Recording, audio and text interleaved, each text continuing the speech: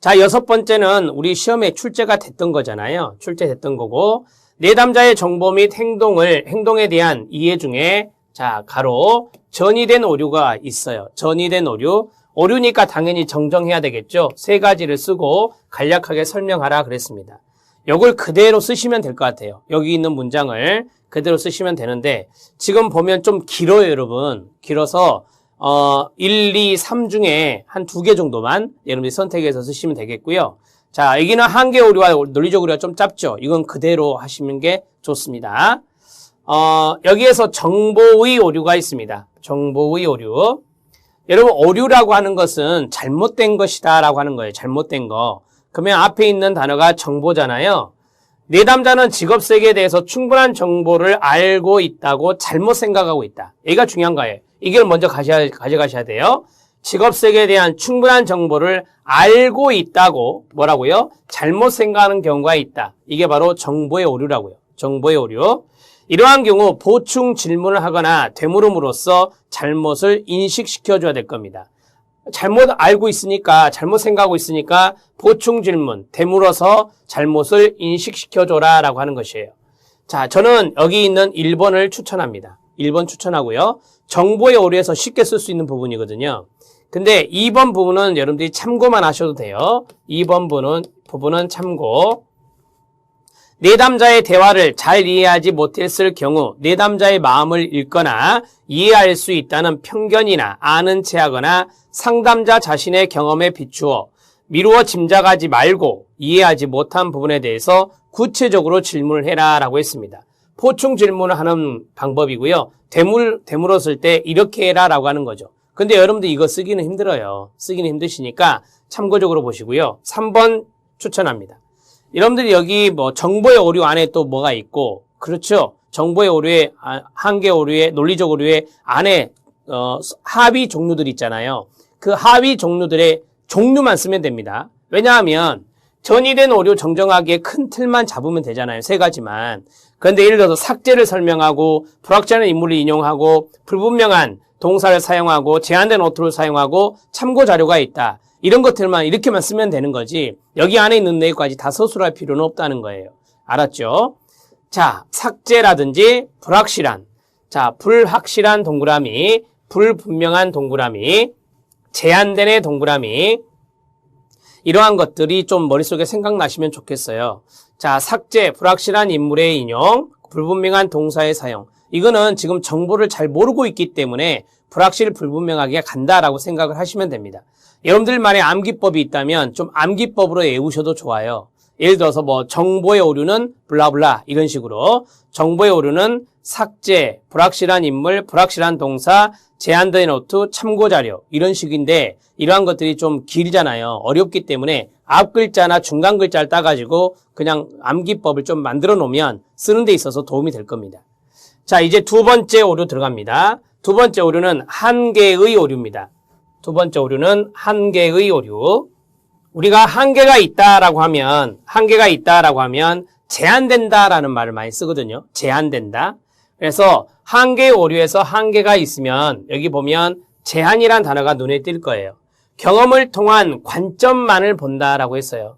경험을 통한 관점만을 보기 때문에 제한된 기회, 선택의 견해를 갖고 있는 내담자는 그렇죠. 예외를 인정하지 않는다. 그 다음에 불가능을 가정한다. 어쩔 수 없음을 가정한다. 라고 했습니다.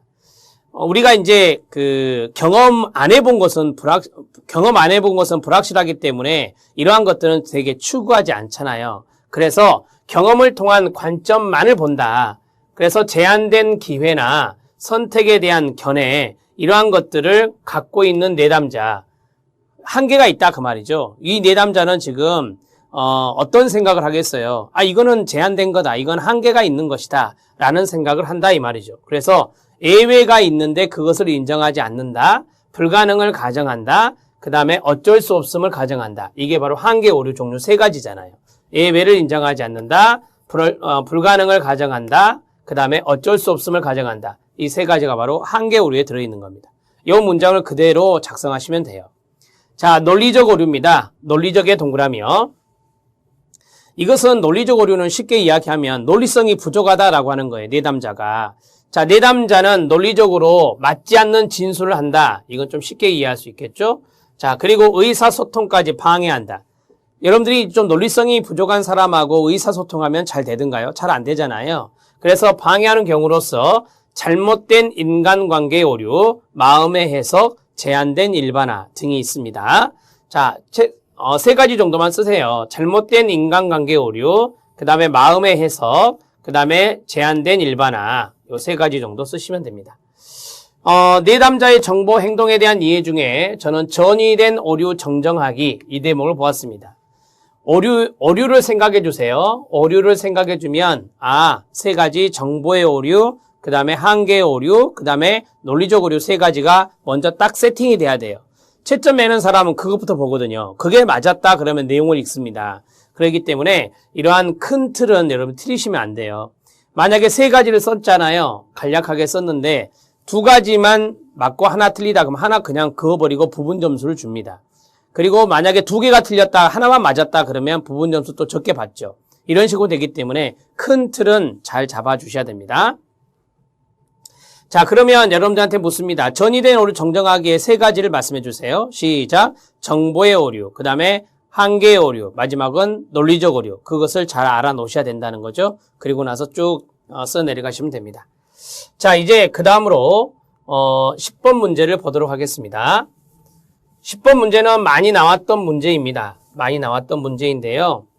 자, 크라이티스의 포괄적 직업상담, 포괄적 직업상담의 밑줄. 우리 실기시험에서 아주 잘 나오는 것 중에 하나인데요. 여기에 이제 3단계 상담 과정을 써라라고 했습니다. 상담 과정. 우리가 이제 이것은 첫 번째가 진단이다. 그 다음에 명료와 해석이란 말이 조금 더 여러분들한테 익숙할 수 있어요. 그 다음에 문제 해결 단계 이렇게 돼 있는데요. 쉽게 이해하세요. 자, 내담자가 왔다. 그러면 내담자에 대해서 다양한 부분에 대해서 포괄적 접근이니까 다양한 부분에 대해서 진단을 해보자라고 하는 거죠. 자, 진단을 했다. 그러면 뭐예요? 해석이 필요하겠죠. 해석이 필요하고 그 다음에 뭐 하겠어요? 개입을 해서 상담을 해서 문제 해결 들어가야 되겠죠. 이 세 가지도 마찬가지예요. 이걸 앞 글자를 틀려버리면 안 돼요. 아셨습니까? 자, 진단의 단계에 들어갑니다. 내담자의 진로 문제를 진단하기 위해 내담자의 태도, 능력, 의사결정 유형, 성격, 흥미 등 내담자의 포괄적이라고 그랬잖아요. 폭넓은 검사 자료와 상담을 통한 자료가 수집되는 단계다. 자료 수집이 생각나셔야 돼요. 자료 수집이 생각나셔야 돼요. 이렇게 자료 수집. 우리가 진단을 하려면 자료 수집이 필요합니다. 그리고 폭넓은 검사 자료라 그랬어요. 폭넓은 검사 자료는 바로 포괄적 직업 상담이기 때문에 그렇다. 명료화 또는 해석 단계를 보죠. 문제를 명료하거나 해석하는 단계로서 내담자와 상담자는 협력해서 의사 결정의 과정을 방해하는 태도와 행동을 확인하며 함께 대안을 탐색하는 단계다라고 했습니다. 여러분, 이 명료화 해석 단계에서 중요한 것은요, 대안 탐색이라는 단어입니다. 대안을 탐색한다라는 단어를 꼭 써주실 필요가 있습니다. 대안 탐색 잘 적어주시고요. 자, 그 다음에 이제 세 번째 들어가는데요. 세 번째는 문제 해결 단계입니다.